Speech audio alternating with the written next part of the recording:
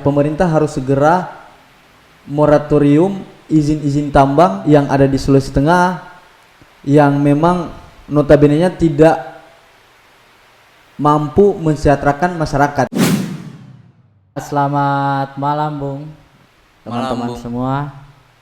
Assalamualaikum warahmatullahi wabarakatuh. Kembali lagi bersama saya Rian Gostar dalam podcast Selebes Bergerak. Nah, saat ini saya ditemani oleh Bung Aulia Hakim, salah satu juru kampanye Wahana Lingkungan Hidup Sulawesi Tengah. Nah, Bung Hakim ini memang sering aktif terlibat dalam mengkampanyekan apa yang menjadi isu-isu wahana lingkungan hidup. Nah, di podcast kita hari ini kita akan berbicarakan tentang Hari Bumi. Kebetulan kemarin tepat pada 22 April Hari Bumi Dunia, kawan-kawan ini juga terlibat dalam atau ikut andil dalam merespon Hari Bumi Sedunia. Oke Bung, mungkin Bung bisa langsung memperkenalkan diri terlebih dahulu agar teman-teman kita bisa lebih mengenal kita. Silakan Bung. Oke, baik, terima kasih. Perkenalkan ya, nama saya Aulia Hakim. Ya.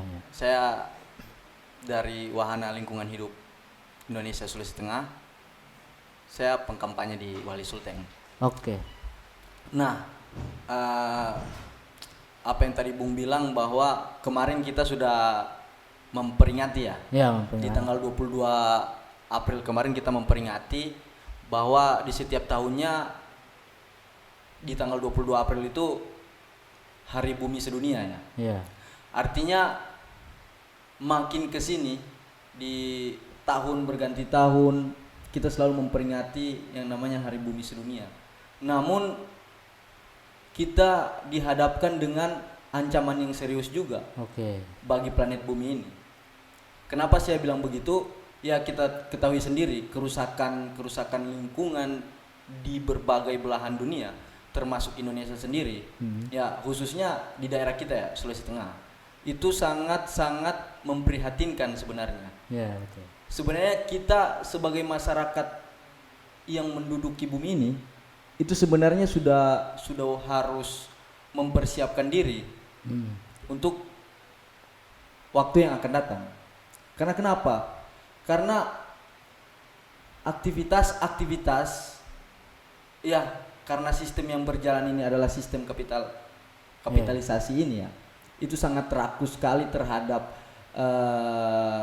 industri-industri, bisa disebut juga sebagai industri-industri ekstraktif, industri yang kotor ya, baik dari sektor pertambangan, baik itu mineral maupun batu bara, belum lagi ada perkebunan skala besar, perkebunan sawit yang juga menyumbang kerusakan lingkungan yang sangat besar bagi kondisi kita saat ini di bumi. Nah, Bung, kemarin kan ini dalam respon Hari Bumi kan kalau kita lihat dari beberapa tuntutan, salah satu tuntutannya itu yang mengarah pada kasus yang terjadi di Kasimbar kemarin di daerah pantai timur sana. Nah, memang kalau kita tahu juga Walhi juga terlibat dalam advokasi tersebut. Nah, melihat dari komitmen pemerintah dalam setiap aktivitas investasi yang masuk di daerah Sulawesi Tengah sendiri, bagaimana Walhi atau ya teman-teman menyikapi hal tersebut di tengah situasi kondisi kerusakan bumi yang semakin masif? Justru di Sulawesi Tengah sendiri melalui pemerintah kita juga itu lebih mengutamakan atau lebih menjual daerah ini dengan hasil menjual sumber daya yang ada. Nah, itu menjadi jualan utama.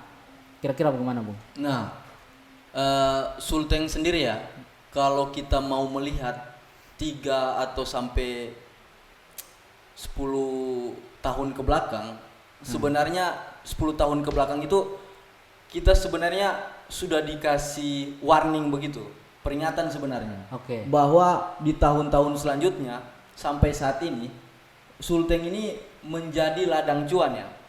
Ladang cuan atau menjadi tempat ekstraksi sumber daya alam. Tentunya itu dalam sektor pertambangan begitu. Nah, untuk kasus yang terjadi kemarin di Parigi Mautong, tepatnya di 2 kecamatan kemarin itu, Kecamatan Kasimbar dan Tinombo Selatan. Itu kan sebenarnya Walhi sendiri ikut bersolidaritas dalam aliansi masyarakat ya, aliansi masyarakat sipil yang melakukan penolakan tambang. Sebenarnya kalau mau dilihat secara jelas, penolakan tambang yang terjadi di Kasimbar dan Tinombo Selatan ini bukan hanya pada saat kemarin saja, bukan hanya saat kemarin, di beberapa kali mereka aksi di tahun 2022 tahun ini, begitu ya. Tapi penolakan tambang ini sudah terjadi sejak tahun 2009. Oke. Oh, artinya begini, Bung. Situasi penolakan dari warga atau masyarakat di mana? 2 kecamatan itu memang sedari dulu sudah melakukan penolakan terhadap aktivitas-aktivitas tambang ini. Nah, puncaknya kemarin itu kan sampai ada ya kasus yang menewaskan salah satu ada warga. Korban satu itu yang meninggal dunia ya. Nah, saya mau menjelaskan sedikit sebenarnya. Kalau sebenarnya pemerintah ya, karena tidak mungkin kita mau balikan ke masyarakat. Ya kan, yang mengeluarkan izin kan pemerintah. Ya, jelas, pemerintah. Pemerintah yang mengeluarkan izin, otomatis dia harus bertanggung jawab atas respon dari masyarakat ini. Begitu, ya kan? Nah, di Kecamatan Kasimbar dan Tinombo Selatan ini kan masyarakat tadinya hidup berdampingan dengan apa yang menjadi bahan atau apa yang menjadikan mereka untuk sejahtera begitu. Ya, contohnya seperti pertanian dan perkebunan. Oke, artinya begini, Bung. Kalau dari penjelasanmu memang dari awal memang masyarakat sudah lebih nyaman atau ya memang kebutuhan untuk hidup mereka dengan bertani, sudah bukan berkecukupan. Kalau kan biasanya ini kan tambang masuk dengan iming-iming akan ya begini seperti ini akan membuka lapangan pekerjaan ini. Tapi kan masyarakat sudah sadar bahwa yang kami butuhkan hari ini bukan tambang tapi ya pertanian yang lebih, misalnya teknologi atau apa dari pemerintah harusnya lebih mengarah ke situ lah. Nah, mungkin yang selain itu, Bung, selain dari penolakan kemarin dengan komitmen pemerintah yang membuat betul-betul penolakan ini, kira-kira ada, Bung, yang untuk memperkuat solidaritas di teman-teman di Kasimbar. Nah, kalau untuk masyarakat sendiri di sana sebenarnya tetap solid ya, tetap solid untuk melakukan penolakan tambang atau menyuarakan penolakan tambang. Karena luas wilayah PT Trio Kencana ini yang bakal menambang di 2 kecamatan ini itu seluas 15.000 hektar. Artinya 15.000 hektar ini kalau kita bandingkan satu kota Bandung begitu. Sangat bagaimana ya, sangat miris sekali melihat itu. Di sana ada kawasan hutan, ada pemukiman warga, ada lahan pertanian warga. Artinya ini menjadikan seperti mara bahaya yang diundang begitu. Dan ya itu, kan? Ya pas, dan itu juga salah satu pasti kan kalau kritikan teman-teman selama ini salah satu tambang merupakan salah satu aktivitas yang memberikan kontribusi besar terhadap kerusakan lingkungan. Ya. Nah, Bung, di Hari Bumi ini lagi kan tadi kita sudah mengarah ke Kasimbar. Nah, apa sih yang juga menjadi semangat teman-teman dalam meneriakan soal lingkungan, soal menjaganya terjadi kerusakan alam yang dilakukan oleh pemerintah, kan kebanyakan ini dari pihak pemerintah dan juga pihak-pihak investasi ini, melihat situasi kita atau situasi Sulawesi Tengah ini yang kian hari kian tahun selalu mengundang investasi ke daerah kita sendiri. Nah, sebenarnya kita tidak bisa menunggu lagi lebih lama begitu. Kita tidak bisa lagi berdiam diri lebih lama. Karena krisis iklim ini yang biasa disebut oleh teman-teman sekalian juga di luar, baik di daerah Sulawesi Tengah ataupun di luar ya. Krisis iklim ini kan disuarakan terus. Artinya kita sedang dalam tahap menuju kepunahan begitu, Bung. Karena ancaman kerusakan bumi ini kan tiada henti hingga sampai saat ini. Perlu diketahui juga bahwa Sulteng sendiri ya, Sulteng sendiri 1,5 juta hektar deforestasi terjadi di Sulawesi Tengah akibat aktivitas industri pertambangan nikel yang ada di Morowali dan Morowali Utara. Artinya di sektor pertambangan biji nikel maupun pertambangan lainnya itu menyumbang kerusakan terhadap hutan yang ada di Sulawesi Tengah. Nah, kalau semisal di tahun 2022 dia sudah 1,5 juta hektar, apakah mampu dijamin di tahun-tahun berikutnya dia bakal berkurang atau tetap bertambah? Tetap bertambah. Yang jadi pertanyaan di situ. Nah, kalau kita semisal hanya diam, kita harus terus-menerus begitu menyuarakan bahwa tidak ada planet selain bumi ini. Iya, iya. Baik itu di teman-teman di luar sana juga menyuarakan terhadap itu. Karena memang kita sendiri yang ada di Sulteng sendiri merasakan dampak seperti itu. Yeah. Bahwa kita dihimpit oleh berbagai aneka ragam, bukan aneka ragam hayati, tapi berbagai aneka ragaman industri ekstraktif begitu ya. Industri yang rakus terhadap air, rakus terhadap tanah. Belum lagi akibat adanya industri-industri ini memicu konflik-konflik agraria, konflik-konflik pelanggaran HAM. Itu kan banyak sering terjadi begitu ya, baik di sektor pertambangan maupun di sektor perkebunan skala besar atau sawit. Iya betul, Bung. Nah, itu juga memang kalau kita lihat situasinya fenomena ya industri-industri yang ekstraktif ini kan ya banyak sekali problem atau masalah yang ditimbulkan, masalah baru, tidak hanya masalah soal kerusakan alam tapi juga masalah yang akan datang atau yang menimpa kepada rakyat ya, dalam tanda kutip rakyat ini yang selalu menjadi korban di situ kan, di mana rakyat kehilangan tempat ruang hidupnya di situ, di mana rakyat kehilangan tempat penghidupannya, juga dampak-dampak yang ditimbulkan dari aktivitas-aktivitas ini kan juga salah satunya juga bisa mendatangkan bencana. Nah juga kan yang menarik itu kan kemarin kita bisa lihat ini bahwa di Sulawesi Tengah sendiri kan juga ya, kita memiliki ya, kita sadari bahwa kita ini hidup di tengah di tengah alam yang rawan terhadap bencana, tapi di lain sisi pemerintah kita juga melihat itu sebagai peluang untuk bahwa kita punya potensi sumber daya alam yang memang dimana ini kita jadikan salah satu jualan kita kepada dunia ya secara luas. Nah tapi di satu sisi pemerintah kita juga ini kita lihat selama ini tidak ada menyiapkan bagaimana kita dalam menghadapi potensi-potensi yang terjadi di masyarakat atau di masa yang akan datang. Nah selain itu Bung, selain apa tadi yang dijelaskan panjang lebar itu terkait penolakan atau dampak-dampak lah dari aktivitas-aktivitas dari teman-teman sendiri melihat bagaimana komitmen pemerintah kita ini dalam menjaga lingkungan atau melestarikan alam ini, bagaimana 10 tahun ke depan bahwa kita menjadi daerah yang berkelanjutan, hutannya tetap lestari, kira-kira bagaimana Bu? Sebenarnya kalau kita melihat lebih jeli lagi ya, komitmen pemerintah itu sebenarnya tidak ada sama sekali begitu. Bisa kita lihat dari Undang-Undang Nomor 3 Tahun 2020 tentang Undang-Undang Minerba itu ya. Itu sebenarnya kejanggalan atau kerancuan ya produk hukum yang dikeluarkan oleh pemerintah begitu.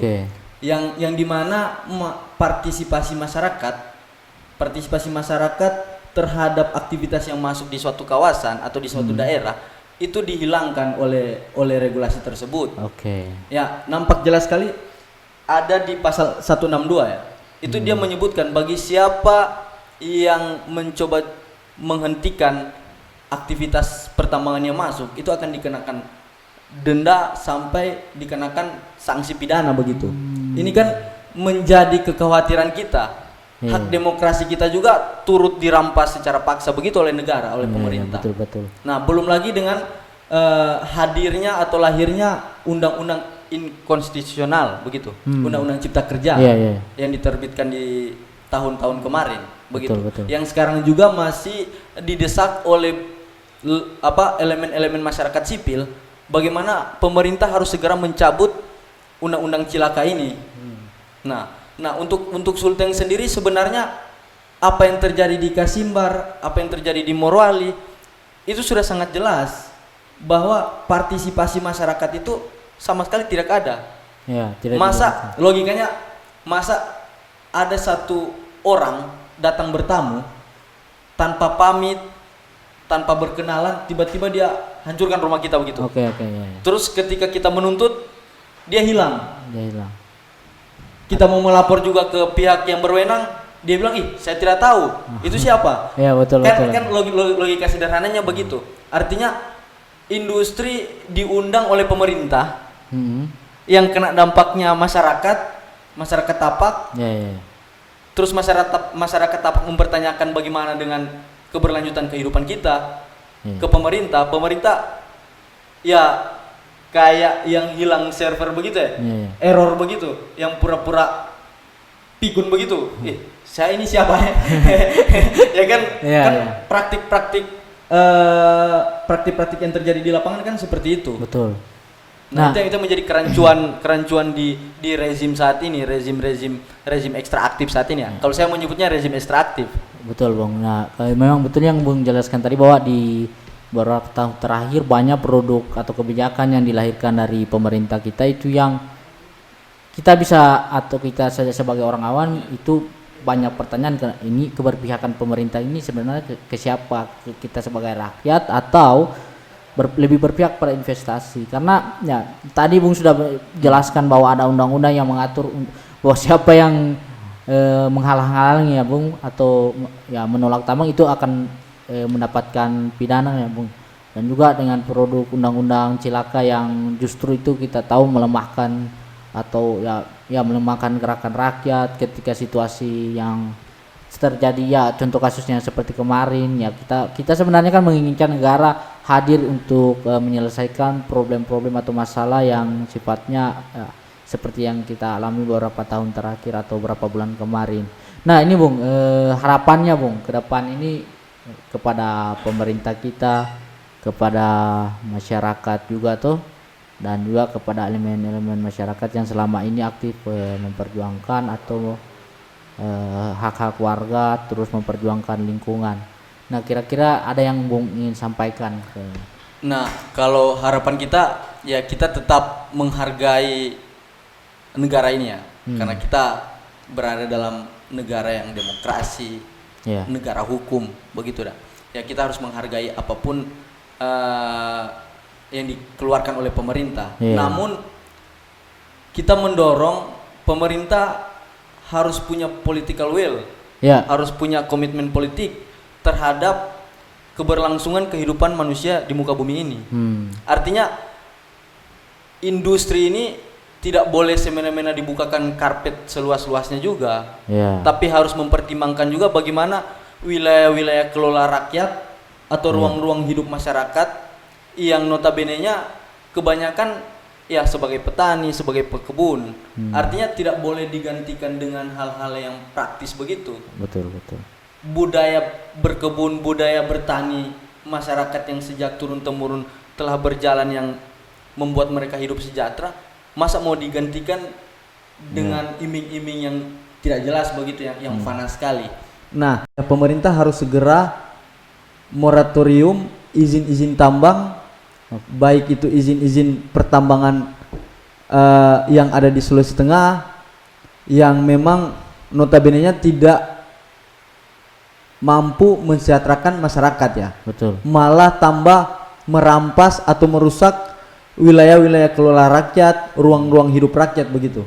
Nah, serta pemerintah harus punya formulasi baru atau formulasi yang tepat untuk memulihkan tapak-tapak yang telah diekstraksi oleh perusahaan-perusahaan tambang.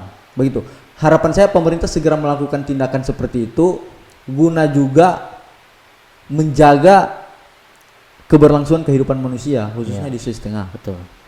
Nah kalau untuk harapannya ke masyarakat yang selama ini ya didampingi maupun juga yang selama ini terlibat dalam perjuangan-perjuangan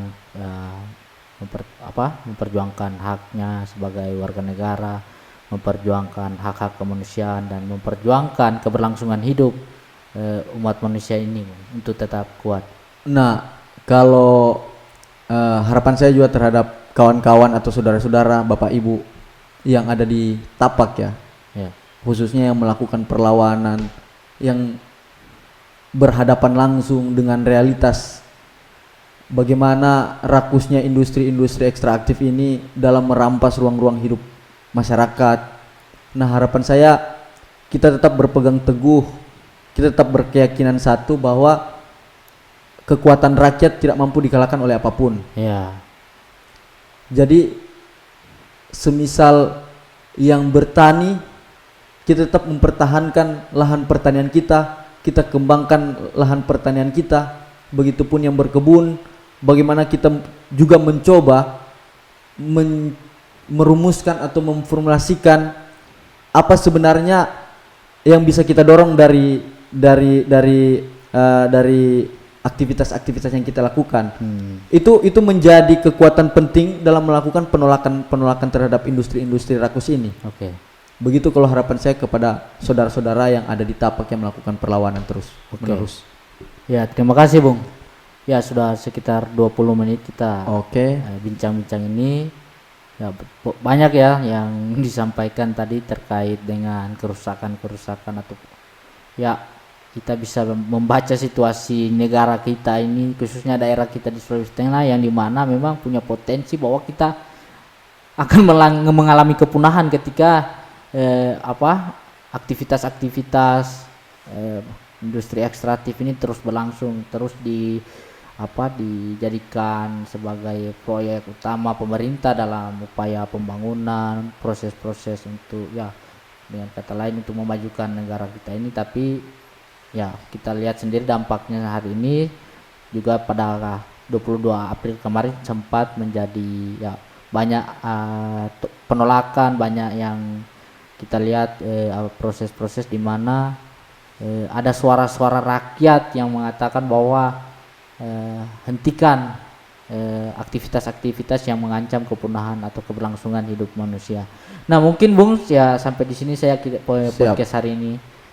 Podcast kita hari ini semoga apa yang kita bicarakan pada malam hari ini bisa didengar oleh khususnya pemerintah kita, kepada masyarakat juga. Semoga apa yang dibicarakan hari ini bisa bermanfaat untuk kita semua. Ya, terima kasih sudah hadir dalam podcast kami ini. Saya ucapkan selamat malam Bung, tetap sehat, tetap semangat dalam memperjuangkan hak-hak rakyat. Assalamualaikum warahmatullahi wabarakatuh. Waalaikumsalam warahmatullahi wabarakatuh.